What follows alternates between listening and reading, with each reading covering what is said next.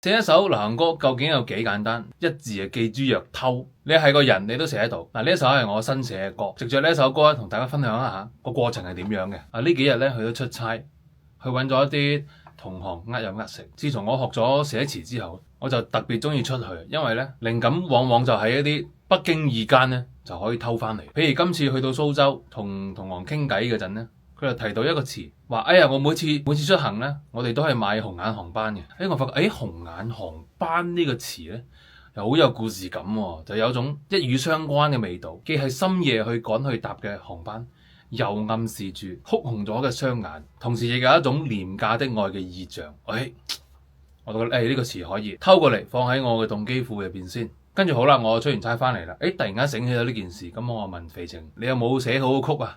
我呢度有個動機啊，想話搞翻首歌，點解我唔自己寫呢？如果有人已經寫好啦，咁我就冇必要自己寫啦。咁啊，肥晴係發多兩隻曲過嚟，我聽咗一下，咁我嘅呢個故事咧同佢嘅曲咧就唔係好夾，咁就冇用到啦。咁我後來我就自己寫，因為我整體呢個故事咧已經有啦，所以呢個歌嘅副歌嘅第一句咧，可能係航班，亦都可能係紅眼啊。咁我喺哼旋律嗰陣咧，我就會就住呢兩個詞去哼，因為粵語咧，佢係講求諧音嘅，你唔可以話咩嘢旋律都套得上呢兩個詞嘅。航班就係紅眼就係呢啲音啦。咁我就大概咧就搞咗一隻副歌出嚟。咁依家呢一隻咧就係當時哼出嚟冇歌詞，只有旋律嘅版本。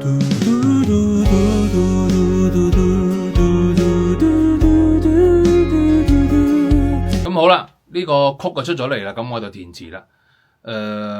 大概構思咗一下，哇，紅眼航班即係話眼都哭到紅晒啦。我構思大概呢個故事係一對已經分手咗嘅情侶，哇，呢個人十分之傷心啊，佢想快啲離開呢個傷心地，所以佢漏夜買咗最快嘅航班離開呢個城市，就應咗嗰句趕搭通宵客機。離開城市嘅同時呢，亦都喺度諗，如果呢段愛情仲有轉機，我一定毫不猶豫咁改簽取消，但可惜冇。咁大概故事框架出咗嚟啦。咁歌詞大家睇到啦，紅色的雙眼向下看，圍城化作絲絲線線，即係話我望住呢個城市，夜晚黑，城市嘅燈光由一條街道化作咗一條絲線，連不通飛遠我共你，雲漸蓋住呢個城市化作嘅絲線呢，已經冇辦法將我同你再連埋一齊啦。慢慢我越飛越高，雲層都已經蓋住咗呢個城市嘅輪廓，整個大概個氛圍嘅感覺呢，就係咁樣啦。再將呢個詞夾翻落首歌度呢，咁就一首紅眼航班就經已寫好啦。即刻聽下先。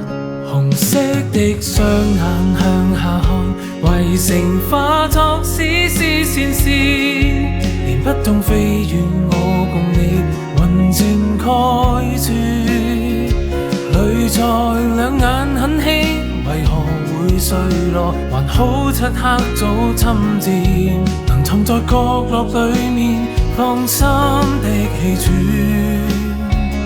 航班一早已確認了，凌晨要遠飛不會變，仍盼望有着意外，我定會改簽。可惜愛怎轉向失去轉機，天都給相漸熱，沿途就算漸已亮，可心早擱淺。歌聽完啦。故事構思呢，整一個歌詞嘅一啲關鍵詞呢，亦都係喺紅眼航班呢入邊偷出嚟嘅。紅眼，紅色的雙眼，航班，航班離開邊度呢？城市，圍城，城市喺唔同嘅高度，喺唔同嘅地方睇，佢係有唔同嘅狀態。喺凌晨嘅高空睇，佢就係一條一條網格線。改簽呢，轉機呢，呢啲全部都係航班啊、機場啊嘅一啲元素。凌晨啊，沿途就算漸已亮，呢啲都係紅眼航班會具備嘅一啲特質，所以呢一首歌無論從動機、歌詞、旋律都係各個地方偷過嚟嘅。所以話一字記豬肉偷，寫一隻歌究竟幾咁簡單？正是如此。好啦，係咁先啦，又袋錢入你袋啊！